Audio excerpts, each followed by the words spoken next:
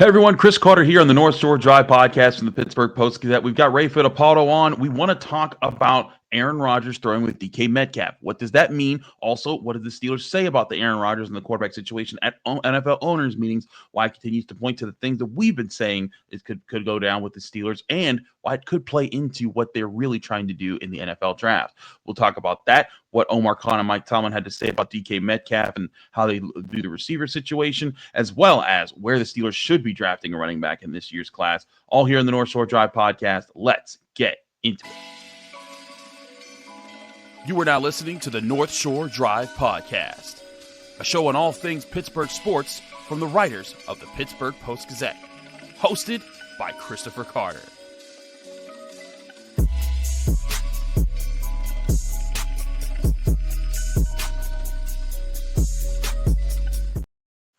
Hello, welcome to the North Shore Drive podcast from the Pittsburgh Post-Gazette. I'm your host, Chris Carter, here with Ray Fittipaldo. We're your Steelers writers here at the Pittsburgh Post-Gazette. And as always, you can find the show on your favorite podcasting apps and on YouTube. Like this if you enjoy it. Subscribe to this channel to get all of your Monday, Wednesday, Friday episodes of the North Shore Drive podcast, as well as the daily content that comes out from all of our sports writers here at the Pittsburgh Post-Gazette.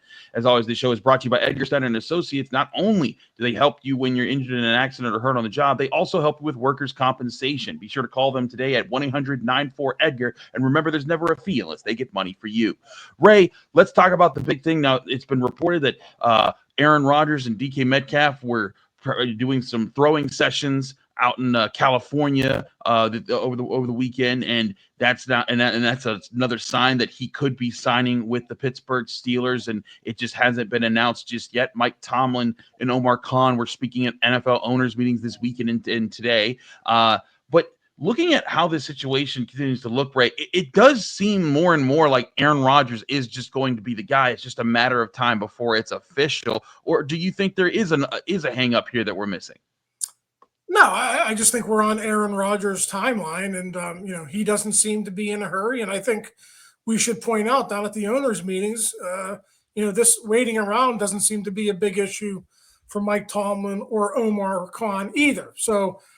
Listen, if they're not worried about it, maybe the Steelers fans out there who want to know today can maybe just sit back and say, okay, it's probably going to happen. We just don't know exactly when. I mean, if you think about it, Chris, why would Aaron Rodgers go to the trouble of arranging a throwing session with DK Metcalf if he wasn't really sure it was going to work? I mean, this is, just him checking a box, getting to know one of his future teammates, I think. And nothing in my mind has changed. I think it's going to happen at some point. But, the theme of the last month or so, I just don't know when. I think that's what everyone said. They don't know when. They're not sure when it's going to happen. We keep, wondering if it's going to happen. You and I, we're watching it very closely. He visited the facility. Now it's also been revealed that the visit to the facility was his call to do. So I thought that was kind of interesting. But I mean, Ray, when we look at how this has been playing out so far, one thing that you and I have kind of said, the Steelers, people want to paint the Steelers as desperate to sign Aaron Rodgers. If they were desperate, they wouldn't have let him leave the facility without a deal the other week. And when you talk to Mike Tomlin and Omar Khan at the NFL owners meetings, as Jerry Dulac did while he's there, it does not seem like they are hard pressed about the situation. Mike Tomlin said there's no official deadline on when he needs to make. When Aaron Rodgers needs to make a decision, he said they've known each other for some time, and he said that Omar and I have been looking at quarterbacks and at different places. He also feels like they like Mason Rudolph, but it just seems like there's no sense of urgency from the Steelers right now because they don't see this as a dire situation. And again, I think that when people say that the Steelers are desperate or Aaron Rodgers is playing with them, I think it's more so that the Steelers just like. It is what it is, and if he signs, great. If he doesn't, great too. This isn't the year that they're planning to have great play at quarterback. Yeah, absolutely. I also think there's probably communication behind the scenes, and Mike Tomlin alluded to this earlier on Monday that he and Aaron Rodgers have had discussions since that meeting that was 9 or 10 days ago. So they are still keeping an open line of communication, and I'm sure the when has been discussed and. Like I said, it is probably going to happen. But, Mike Tomlin also said that if it turns out to be Mason Rudolph, they are extremely comfortable in that regard as well. And he, Mike obviously went back and talked about the 3-game stretch that Mason had at the end of the 2023 season. Obviously wouldn't be an ideal scenario for the Steelers, Chris, but Right. I think that's where they would be. It was obvious when Russell Wilson signed last week with the Giants that he wasn't an option no matter what. It was going to be Aaron Rodgers or it was going to be Mason Rudolph and likely a rookie in the middle round. So we're still there. I think that's probably the way it's going to be. Even if Aaron Rodgers does sign, I still think there's a decent chance we'll take a flyer on a mid-round quarterback this year just to see what happens. And, maybe you get lucky if that guy develops. Yeah, here's another thought about this, Ray. I don't think that the Steelers have told Aaron Rodgers to hold off on his decision as a method of intentional smokescreen. But I think they are welcoming is it possible that they're welcoming the patience that he's showing here? Because every day that they do this, more and more people project the Steelers to draft a quarterback in the first round, and they're like, oh, they're not getting Aaron Rodgers because he's not coming in. He doesn't want to play for them. So let's say they behind the scenes they kind of have a good sense that Aaron Rodgers is going to sign with them, right? And so, if anything, it just further paints this picture that the Steelers could be this QB needy team in the draft class and make people think that they need quarterback when really they're looking at D tackle or corner or wide receiver or whatever we've been talking about. And they're welcoming the distraction. They're like, you know what? Yeah, you guys wonder what we're going to do at quarterback and think we're going to draft Jaylen Milroe in the first round because that's not our actual target. Do you think that's something that behind Omar Khan and Mike Tomlin, they're kind of sitting there being like, yep, this is really working out for us? I mean, that's a pretty elaborate smokescreen if that was their intention. Probably not a deliberate intention, but yeah, I do think it's something that's maybe a byproduct of it. And hey, keeping people guessing during the pre-draft process, sometimes that's good. I don't know that they want to take it up until April 24th, and the scenario could be, hey, we don't have a quarterback. Maybe somebody wants to trade up and take that guy at 21 before we do. I mean that's totally possible, but I think if it is something that's going on there, it's probably not an intentional thing by the Steelers. But hey, maybe they are sitting back and saying, "Hey, good for us. We'll use this to our advantage." Absolutely. Yeah, I think it's a situation where, again, I don't think they concocted this. I don't think this was Mike Tomlin being like, let me just execute my master plan. But I do think they're sitting here like, hey guys, wait a sec. This kind of works out for us. Like, let's just, Eric, take all the time you need because every day that you don't do it, someone posts another mock with us taking Jackson Dart in the first round. Now, of course, they could just take Jackson Dart in the first round and that just blows up in everyone's faces. But I think that they are just sitting there being like, it does not matter because we are not pressed to sign this man in the first place. So it just further confirms that, and him throwing with DK Metcalf, I think, is another sign that there's an understanding here that it's probably going to happen at some point. But the other thing is, what about DK Metcalf and how he fits in with the Steelers? Mike Tomlin and Omar Khan addressed that. We'll talk about that next here on the North Shore Drive podcast from the Pittsburgh Post-Gazette. Chris Carter, Ray Fittipaldo. But first, to remind you, the show is brought to you by Edgar Snyder Associates. When you're hurt on the job, who decides when you're better? Who decides when your treatment is over? And who decides when your benefits are over? The answer might surprise you. It's actually the insurance company's doctors. How does that make you feel? Well, if the answer's not great, you got to call today. Edgar Snyder Associates. Call them at 1-800-94-EDGAR. Edgar Snyder Associates will fight for your workers' compensation rights that you deserve. And remember, there's never a fee unless they get money for you. This episode is also brought to you by UFC Gym Pittsburgh. Are you ready to train like a champion? UFC Gym has everything for total body health under one roof. They have group classes from Brazilian Jiu-Jitsu to Zumba, personal training, cardio, weights, cryotherapy, infrared saunas, and more. And all for an unbeatable price. Not sure where to begin? All members get a starter session with an expert coach to help map out your fitness plan. Your first visit is on us. Drop in with free parking at Market Square or the waterfront and follow UFC Gym Pittsburgh on social media. Train different. Feel unstoppable at UFC Gym.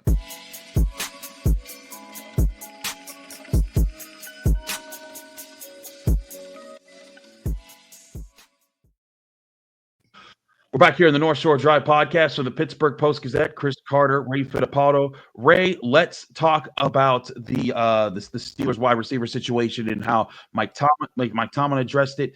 He talked about with DK Metcalf. He talked about having that collective presence with DK Metcalf and George Pickens, which I think further pushes the idea that the Steelers are very much open to just keeping both of these guys for the year, not trading George Pickens before the start of the season, and letting these two guys be a dual threat wide receiver unit on the field.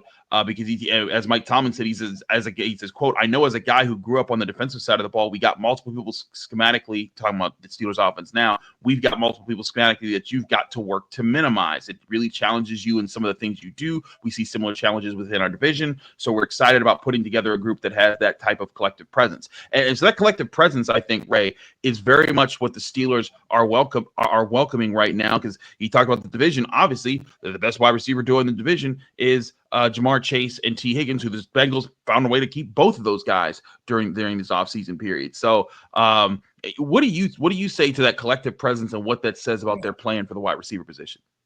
Chris, I still think they could trade George Pickens on draft day, and I wouldn't be surprised. But listen, if they do, and if George is a model citizen and he's a good teammate and he gets on the same page with Aaron Rodgers, and you hear me going through all these ifs, that's why I think a trade is still possible, because a lot of things have to fall in line there for George Pickens and DK Metcalf to coexist within this offense. So listen, if it does come to that, the Steelers will find a way to make it work. I mean, Aaron Rodgers is obviously a first ballot Hall of Famer. You would think he would be able to get those guys on the same page, along with Pat Freiermuth and, Roman Wilson and Calvin Austin. That is, a nice room in terms of offensive weaponry that they didn't have last year. But again, I think if they get an offer for a second-round pick for George Pickens on draft day, I think they would think long and hard about that, because if you just let him play out the season and he walks in free agency, the best you can do is a third-round comp pick the following year.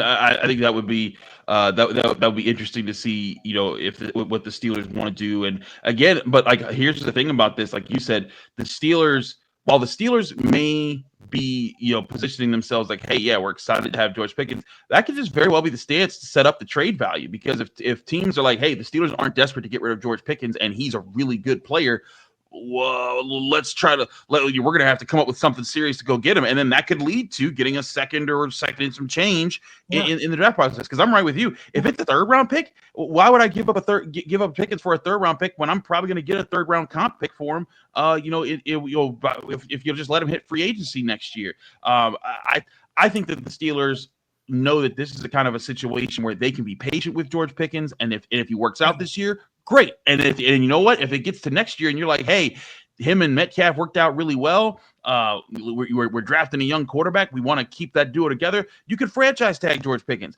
And yeah, it would cost you money, but at the same time, you could afford it because you're still not paying a quarterback big money. So I think that could line up there. But I thought it was also interesting how Omar Khan addressed the wide receiver position. He said, like, hey, we want to have a complete unit. And he mentioned in having a complete unit, also Calvin Austin and Roman Wilson playing a role in that. Right. I thought it was interesting how he was talking about, like, hey, yeah, this isn't just a team that needs one wide receiver. They need a full receiver room, which is something Steelers fans, I think, have been wanting for years. Yeah, and those guys are going to get an opportunity this year. Roman Wilson, if he is healthy, they spent a third-round pick on him, so they want him to be a part of the rotation this year. And, I like what Calvin Austin did, last year. He took some steps in his improvement. So right now, to me, I want to know, okay, is Roman Wilson going to be wide receiver 3, or is that still going to be Calvin Austin? I think that's going to be hashed out in training camp. And just going back to the trade thing for one moment, because I think this is important. If you're a team like the Kansas City Chiefs, here's why there might be a trade market for George Pickens on draft day. If you're a team like the Chiefs, late second-round pick, you're going to contend. You need another weapon for Patrick Mahomes because it's become too expensive to keep guys like Tyreek Hill.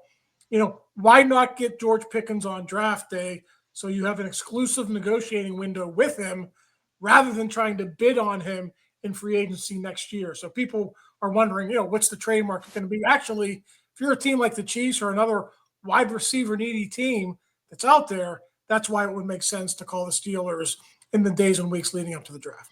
And again, to your point, that could be the thing the Steelers use as leverage. Like, you know what? Yeah. Cough up is a real pick for us. And then that could change the dynamics. Because like you're saying on draft day, what if the Chiefs are like, hey, we need to win now? Like Patrick and this core only have so much more time before we have to start reloading a lot more things. So let's get a guy right now. So Steelers, here's our late second round pick, and maybe here's like a 5th round pick on top of that.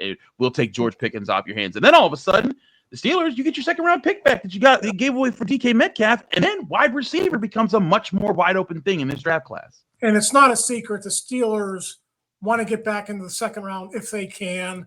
We know it's a good draft in terms of the depth. That would be a perfect place to trade back in if you're Omar Khan and the Steelers.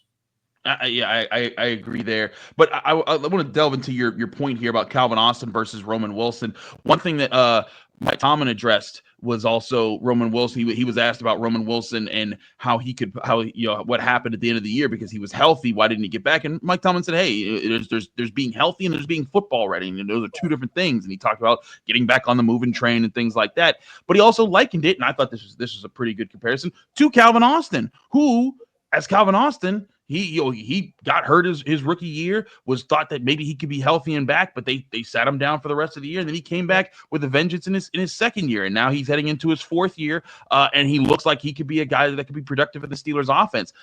I think that these guys could be on similar tracks. Now, I'll say this: Calvin Austin's speed much easier, but is much more of a weapon than Roman Wilson. So Roman Wilson's going to have to show all the things that he showed that made him a 3rd round pick. But I do think there could be a bit of a battle here. Granted, I would give the immediate edge to Calvin Austin with his experience. Yeah, I think it's always nice to have competition in training camp that's not a spot on the roster, but for playing time in a rotation. And it lights a fire under Roman Wilson. He knows now, hey, my rookie year was pretty much a wash. I got to step up and I got to play great in this training camp if I want to have a role this year, because he knows, passes and targets in that offense are going to be limited, obviously, with, the likes of George Pickens and DK Metcalf being in that receiver core. So I think that's good. I think they're both worthy players. Roman Wilson was a 3rd round pick, so I think they're going to take a long, hard look at that. And, when you draft a guy in the 3rd round, you want him to work out. So this is going to be a big spring and summer here for Roman Wilson coming up. Yeah, absolutely. The big chance to prove that you're going to be able to make some money for yourself in the future if you're able to establish yourself in the Steelers offense. And hey, like we're saying, if George Pickens is moved, this is going to be their chance to probably compete with a rookie wide receiver to be, hey, I deserve more touches in this offense. I deserve to be a bigger part of the future of this offense. So I think the good thing for the Steelers is that despite the sense of, oh, they're desperate for quarterback and they're this and they're that and there's so few options at wide receiver, they do have different avenues they can go. If George Pickens lights it up, they can keep George Pickens if they want to. If he lights up, they want to trade him, they can trade him. If he doesn't light it up, but they're like, you know what, this is the Chase Claypool situation all over again, let's move him, they can look at that. If they want to keep him and let him hit they have so many different ways to go about this. And so I think that there are multiple avenues for the Steelers to handle the wide receiver position, which seems refreshing considering where they've been at wide receiver for the past few years. And if Chase Claypool can fetch a 2nd round pick, knowing what he did in his 1st year and a half compared to what George Pickens did in 2.5 years, I like the Steelers' chances of landing a pretty decent pick if that turns out to be a trade deadline move that happens. Absolutely. I want to talk about the running back position with you, Ray. We'll do that next here on the North Shore Drive podcast from the Pittsburgh Post-Gazette. Chris Carter, Ray Fittipaldo. But first, we'll remind you this show is also brought to you by Savinas, Kane, and Gallucci. They're your mesothelioma and asbestos lawyers with over 85 years of experience. Call them today for a free consultation. That's Savinas, Kane, and Gallucci. We're also brought to you by Moon Township Honda, where you can get your new Honda vehicle at 5802 University Boulevard in Moon Township, Pennsylvania, or at moonhonda.com on their website. Here's a message from our friends at Moon Township Honda.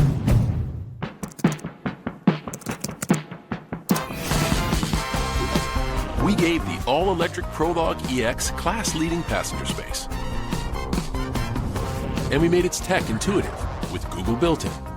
Perhaps that's why we were named Best Overall EV and Hybrid Brand by Kelley Blue Book. It's nice when a dream comes together. Buy online, reserve from select dealers, or visit your local Honda dealer today.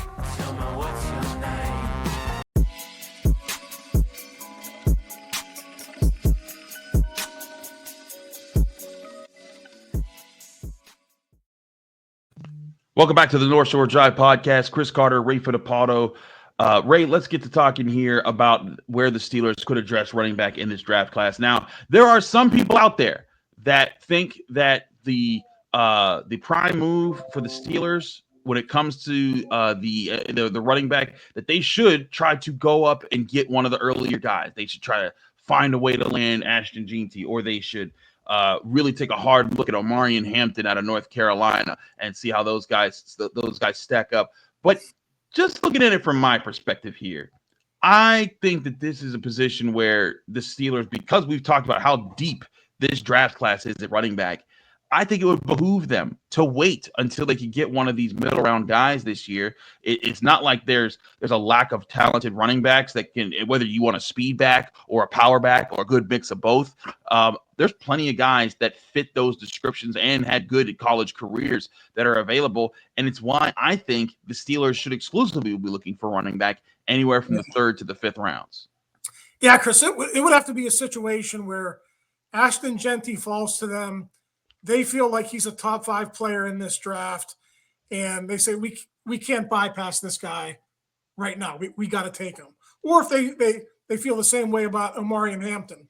Let's say we feel like he's a top 10 player in this draft, and we got Kenneth Grant and we got Derek Harmon here as, we got them graded as late first. So what do? Maybe you do take the running back in that scenario, but all signs are still pointing to them probably taking a running back in round 3 or round 4. And as you mentioned, this is a deep class. There's going to be good players available in round 3 and round 4.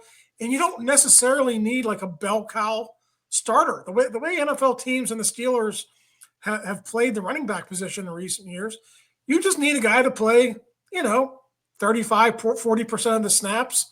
Jaylen Warren is probably going to get a chance to be RB1 this year. Kenneth Gainwell, we know, is a capable too. So this next guy is going to be pushing for playing time, against established guys who already have a resume in the NFL. So it would make sense to take a guy in round 3 or round 4, unless one of those guys like Jeanty or Hampton falls to you. And there's a big gap there in between on your draft board. Like, hey, Hampton's number 10 on our draft board. Kenneth Grant is number 29. We got to go with the running back. That's the only scenario I would see them taking a running back, I think, at number 21. I'm right with you. I think that, there's times when drafting a running back in the first round makes sense if you have other things lined up, if you think things are ready to work. And also if you desperately need a running back and there's not a lot of talent behind the early round guys. But again, this isn't that year. You and I were at the combine. People were all over. Heck, people were all over Dylan Sampson at Tennessee because they thought he was Damian Martinez, and because they were excited to talk to both of those guys. And it was pretty crazy to see how that played out. And both of those guys are probably going in the 3rd round. You still got, Kaleb Johnson out of Iowa, who a lot of people like. Both the Ohio State running backs, whether it's Quinshon Judkins or Travion Henderson. There's Cam Scatabo, out of Arizona State. Devin Neal out of Kansas. No one's taking all these running backs in the 1st and 2nd rounds. These guys just naturally are going to have to fall to the point where they're going to be sitting there and available for the Steelers. It's why I think that, even if you're in a position like, say Ashton Jeanty falls to you at 21, you're saying like, that guy's top 5. Maybe look around and see who wants to trade up for Ashton Jeanty, because if someone gets desperate, like, hey, you know what, that could be the completing piece of our team. Yeah. We'll swap first with you and then give you a second. All of a sudden, then you get that 2nd round pick back, and you can still probably get the guy that you really wanted, which was one of those top defensive tackles. Yeah, I know we haven't talked about it a lot, but 21 is actually a good spot. And I know the Steelers don't do it a lot, Chris, but it's a good spot to trade down this year because, as we talked about, it's a very good depth draft. You don't have a lot of like elite prospects in the top 10 or top 15 that are going to be future all-pro types, but you do have starter capable players that are going to be available, from let's say 15 to 65 in this draft. There's probably not going to be a lot of difference grade-wise with a lot of these guys, whether they're, late 1st or 2nd or even early 3rd round picks. So I think that's something to think about here. The Steelers obviously aren't going to tell us their hand, but if there ever was a year where you want to trade back, I think 21 is a pretty good spot to do that.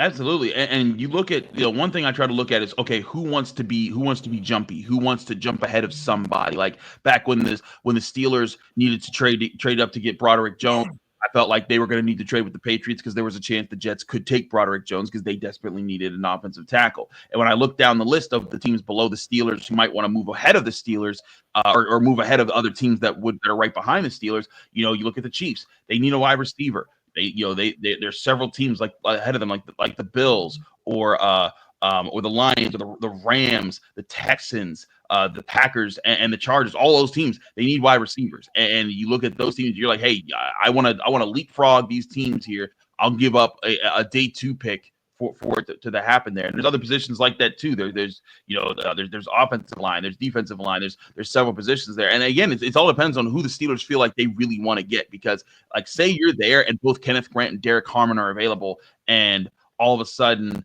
and you feel strongly that those two guys are comparable to each other, and all of a sudden the Packers call, they say, hey, we just want to move up 2 spots and we'll give you a 4th round pick for that. Then you can say, well, you know what? If they move up and they take a wide receiver, the only thing that could happen is the Chargers could take one of those defensive linemen, and then we get the other defensive lineman that we really thought was worth it. And so we get an extra pick because of that. I'm right with you. I think 21 is a very unique spot this year where teams could try to trade up to get ahead of all the other teams on the back end of the draft, especially some of these teams that are in a win now mode, like the Ravens, like the Lions, like the Bills, like the Chiefs, and heck, even like the Eagles, because they probably want to repeat as soon as possible with the core that they have now.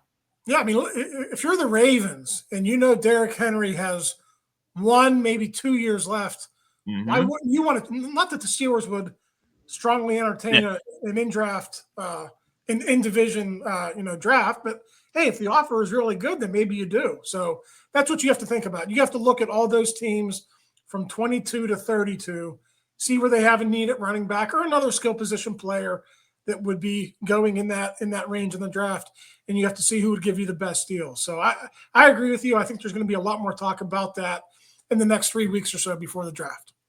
Absolutely. We'll keep you posted here at the Pittsburgh Post-Gazette, post-gazette.com to read all of our written work. And as always, check out the North Shore Drive podcast every Monday, Wednesday, Friday on your favorite podcasting apps and on YouTube. Like this video if you enjoyed. Subscribe to this channel to get all of those Monday, Wednesday, Friday episodes, as well as the daily content that comes out from all of our sports writers here at the Pittsburgh Post-Gazette. Back here Wednesday on the North Shore Drive podcast with Chris Carter, Ray Fittipaldo. We'll see you here on the North Shore Drive podcast. Thank you for tuning in to another episode of the North Shore Drive podcast from the Pittsburgh Post-Gazette. If you watch this video on YouTube, please like the video and subscribe to our channel. For all the sports coverage from the Post-Gazette that we have to offer, visit post-gazette.com.